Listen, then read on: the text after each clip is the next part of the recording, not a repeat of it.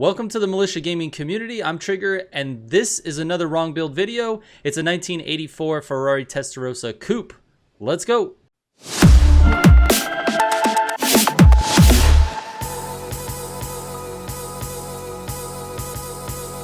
Alright, welcome back to another wrong build video. This time, like I said, is the Ferarri Testarossa Coupe. This car is actually really pretty, and I couldn't find a surfy wrap for it, so I decided to make my own. This was my first attempt at a decent wrap, and I'll tell you, I'm not that happy with the way it turned out, but I did share it, so if you guys like this wrap, you can go and get it if you're on Xbox. If you've never been to one of my wrong build videos, never seen one of my wrong build videos, basically I test every single engine for the car, and then I put the best engine in it, and I build it for the 4 different disciplines that you can do in this game, which are track, drag, drift, and off-road. So I'm going to give you 4 different builds in this video, but to start the video, I always start with the best engine. This is the most important part of this entire video, and I try to put it in the front because I just really don't like wasting people's time. The rest of the video is just me figuring out what the rest of the builds are going to be. But let's go ahead and start out with the best engine for this car. The best engine for this car is the 640 horsepower 8.4 liter V10. You know what? Just throw up the build card now. We're going to talk about the whole track build right now because I've already done all of the testing I need to give you the track build. I've got Ultimate Plus engine parts, Ultimate dual turbo, and the Ultimate 5x3 pound NOS. The chassis, we've got track suspension, Elite brakes, Elite race tires, Elite plus clutch, Super plus 6-speed gearbox, and the Super track differential with NOS refills and NOS duration. All right, as far as the live tuning goes, this car is extremely slippery, and rightfully so. The back end has a motor in it. It's very heavy.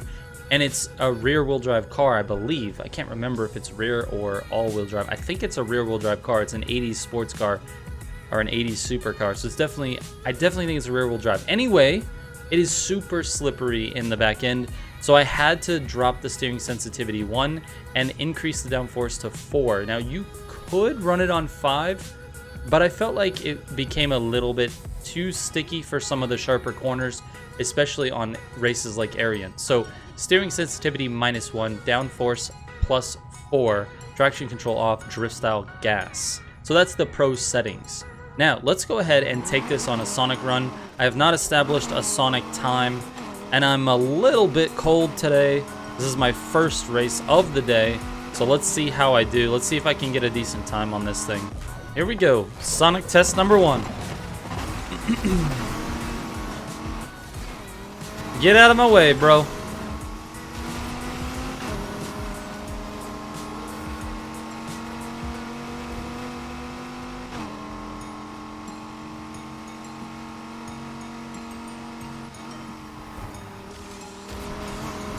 I did not even have to touch the brake on that turn. I just let off the gas, smashed it down again to initiate the drift mechanic, and just slid around the corner.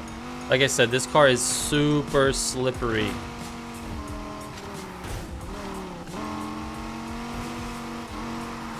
A little bit wide on that corner. All good though.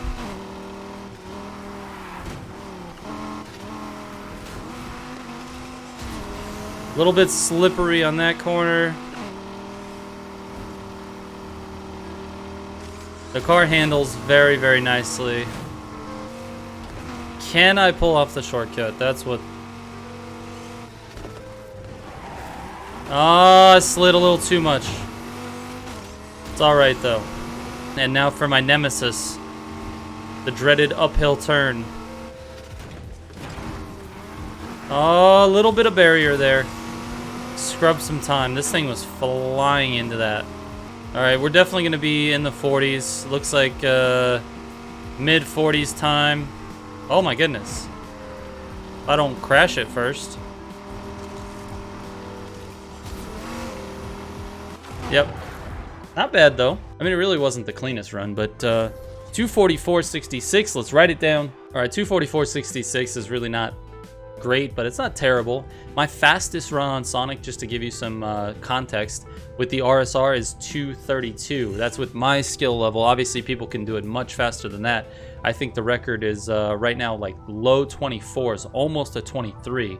So just to give you some context, 2:32 is my fastest time, and this ran at 2:44. So it's okay. I mean, it's 12 seconds is kind of a lot in terms of what's fast and what's not, but it's definitely not slow, and it handles very, very well. It's actually fun to drive, and I think you could beat a lot of cars with this car. It's just not super fast. It handles very well, it drives nice, but it's just not super fast. All right, let's see if we can make this thing go fast in a straight line. Let's get the drag build going. To turn this thing into a drag car, we're just gonna need to swap the NOS, the tires, and then potentially the gearbox. Those are the only real changes you need to make. So we go with a 1x15 pound NOS. We're gonna drop the drag tires on it, see what it does for a quarter mile, and then we're gonna test each gearbox just to see which gearbox has the best quarter mile, I should say. All right, we got drag tires. Let's make sure we have one of each gearbox. Yep, we've got it. It's either a 4, 5, or 6. All right, let's go outside the garage. Let's take a look at the quarter miles and which gearbox is better. All right, with the 6-speed, we're at 9.17, but remember we can drop our downforce down and then we can gain a little bit of time, which is a 9.13. So 9.13 with the 6-speed. Let's see what it is with the 4-speed. My guess is it's going to be slower, but let's just see. Much slower. 10.13. A lot slower. All right. Let's drop the 5-speed in. I think that 6-speed's definitely going to be the one, but let's just check it out. 9.4. So definitely slower with the 5-speed as well. So winner, winner, chicken dinner. It's the 6-speed transmission that we would like to leave in this car. So essentially it's the track build with drag tires and the 1x15 pound NOS. Let's throw up the build card. Let's show you what we got so you can screenshot it and build it later for yourself, and then we'll go drift this car around. We've got the 8.4 liter V10 engine with Ultimate Plus engine parts, Ultimate dual turbo, any 1x15 pound NOS, Super Track suspension, Elite brakes, Elite drag tires, Elite Plus clutch, Super Plus 6-speed gearbox, and the Super Track differential. Of course, NOS refills and NOS duration. The live tuning looks like this. -1 steering sensitivity, just because it doesn't really matter on a drag car, and I don't really want to adjust it like differently than my track build when I want to go back to track racing. So -1 steering sensitivity, -5 on the downforce, and traction control always off, drift style on gas. All right, let's see if we can drift this thing around. All right, to know which drift build to start with, we need to know if this is a rear-wheel drive or an all-wheel drive. And forgive me because I really don't know, so let's do some Googling. Got it. It's a rear-wheel drive. Like I thought in the beginning, it's a rear-wheel drive. All right, this is a rear-wheel drive car, so we want to start with the rear-wheel drive drift setup, which is going to be the Super Speedcross suspension, the drag tires, which we already have, and then we're going to swap the differential to be a Pro Drift differential. I'm very excited to see how this thing drifts because it is very heavy in the back and it is very slidey with the track build. So it's either going to be really, really bad at drifting or it's going to be really, really awesome. I don't know. Let's go. Oh, it's awesome. It doesn't get angle though. It slides, but it doesn't want to get angle, which means it's not going to be a high score.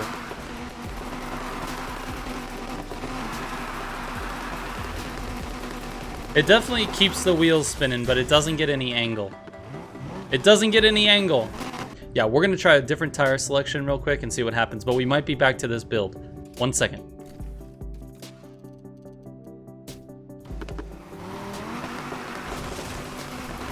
All right, we got the showcase tires on there. Oh my goodness. It just over rotates now.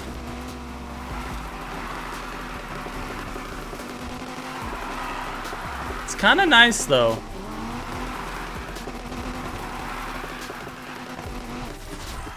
It was a little bit higher of a score with the showcase tires. Let's try the speed cross, because I don't think the showcase tires were the right fit. It just didn't feel right. It didn't feel controllable.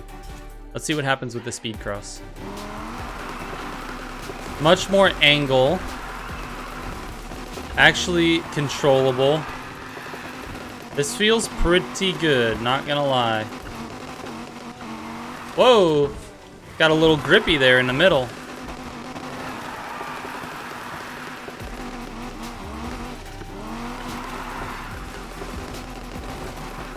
Way less score though. See, that one felt weird too.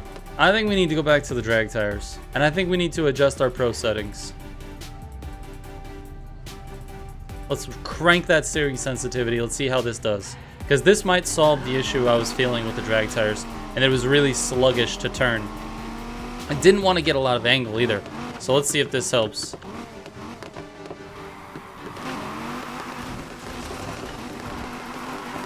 See, this feels much better.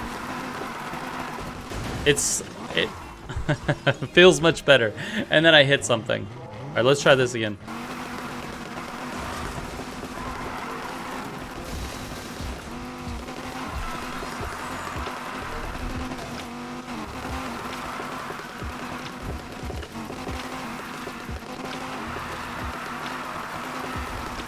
All right, something I'm learning with this. You definitely need to hit the handbrake if you want to flip the car around. 43. That was even worse in terms of score. It just feels so much better to drive it like that. The drag tires feel so much better, but they just don't score as high as the showcase, because if you put the showcase tires on there, you can get a bigger drift angle, but you just can't keep the wheels spinning. So this is a tough one. This is a really tough one. I like the drag tires. I would much rather have the drag tires on there because I feel like I'm in control of the car. With the showcase tires, it's a little bit wild, and it just doesn't feel good to drift. It feels like you have to, you know, force it to drift, which I hate. I'm keeping the drag tires on there. Let's go have some fun. Perfect.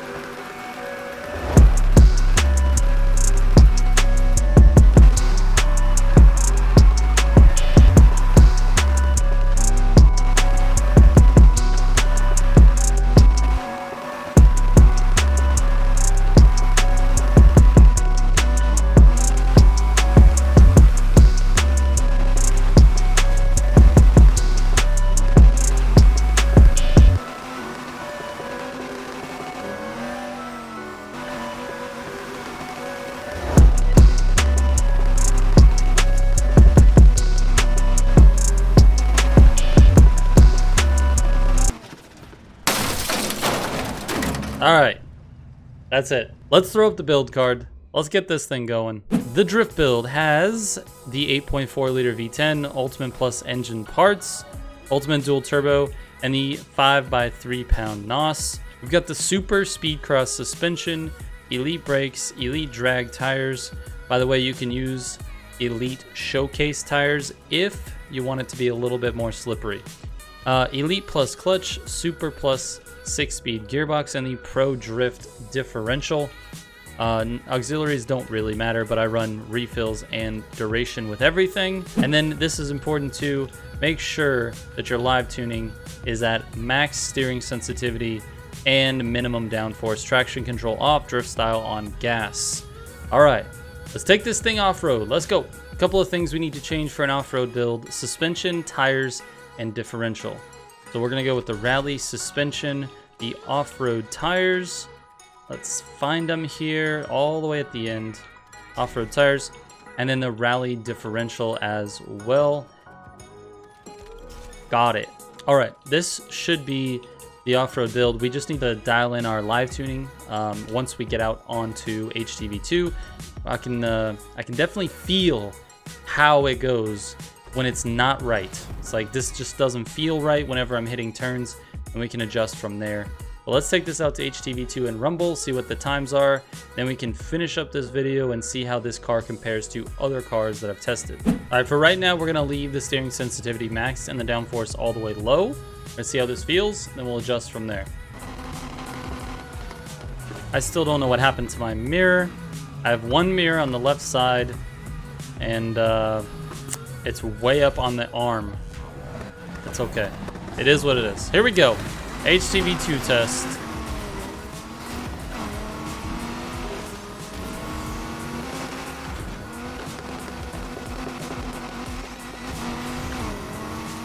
All right, it struggled a little bit to find traction there, but we're still good. It doesn't hook up as much as I would like, so we're probably gonna have to adjust the downforce, because it is just, it's just a little too slippy. It really doesn't have the off-road speed that I would like.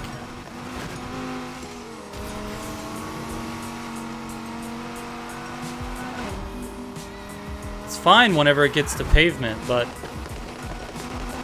as soon as we hit the dirt, almost no traction. Like I was saying, this car just doesn't have the dirt speed.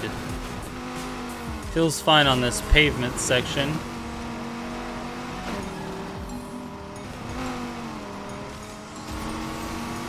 Final lap, here we go! 156.98. 157 puts this in the bottom of the off-road cars that we've tested. So, I don't know, we're gonna see what happens on Rumble, but I do not have good, high expectations for this at all. Let's see. All right, Rumble test, here we go.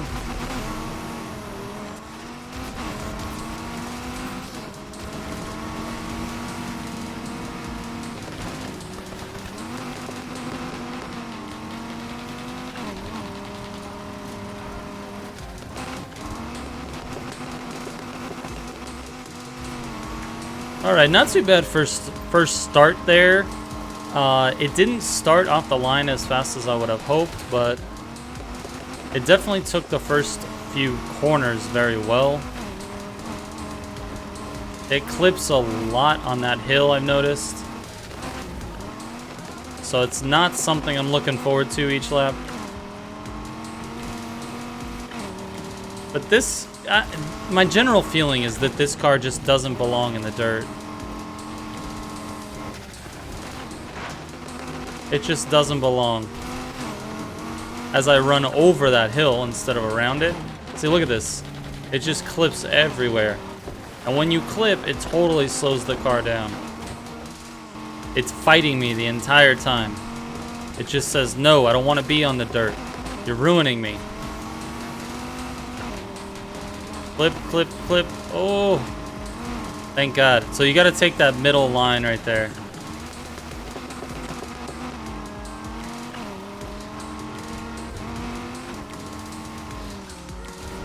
Then stay away from the right side of this. This is just hammering the ground.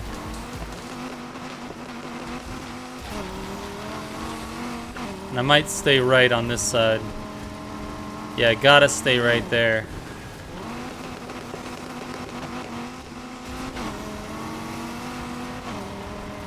Alright, it is not looking good for this Testarossa for off-road.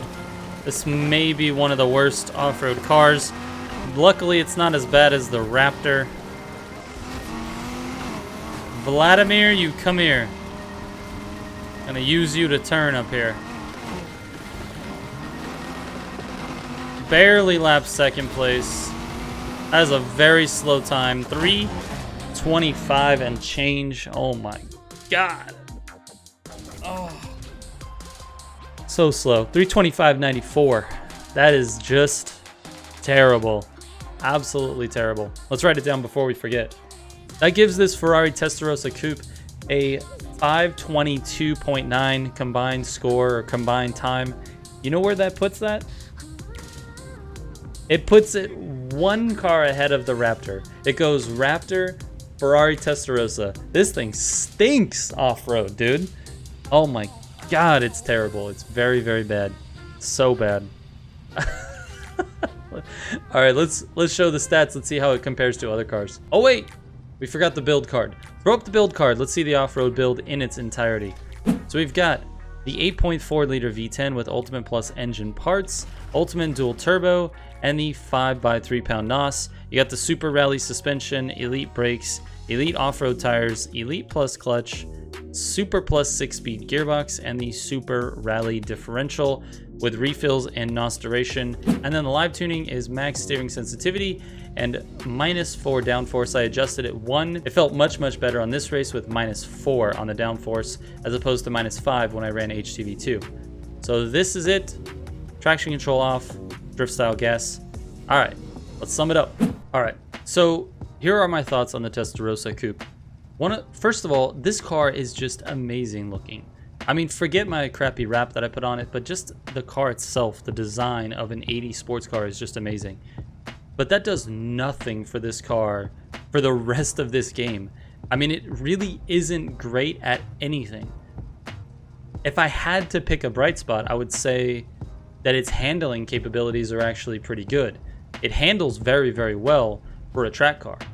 But aside from that, it's not very good. It's just not very fast. It ranks like 29th for track racing, but it feels so good to drive. So this is one of those like feel good cars that you can use. Like, let's say you're faster than your buddy and he's using an RSR. If he's any good, he's gonna dust you. But if he sucks, this will be a fun car to drive to make the races interesting because it's not that fast, but it handles well. So it's actually fun to drive. Aside from that, it's terrible. It's terrible at drag. It's like almost last on my list for drag racing. It is not great for drifting. It feels okay. It's kind of fun to drift, but not really. It just doesn't feel like I wanted it to feel, and it definitely doesn't score high in drifting, so I'm not going to recommend it there. And then it is absolutely terrible at off-road. So I'm very sad to say that this car is not very good at anything other than handling on the track. That's it. That's all I would use this car for. Other than that, it just looks really pretty and it might be something you want to keep in your garage. All right, that's it for this one, guys. Sorry, I know it was disappointing, but it is what it is. Thank you so much for watching. Shout out to all the Militia subs, and I will catch you on the next one. Trigger out.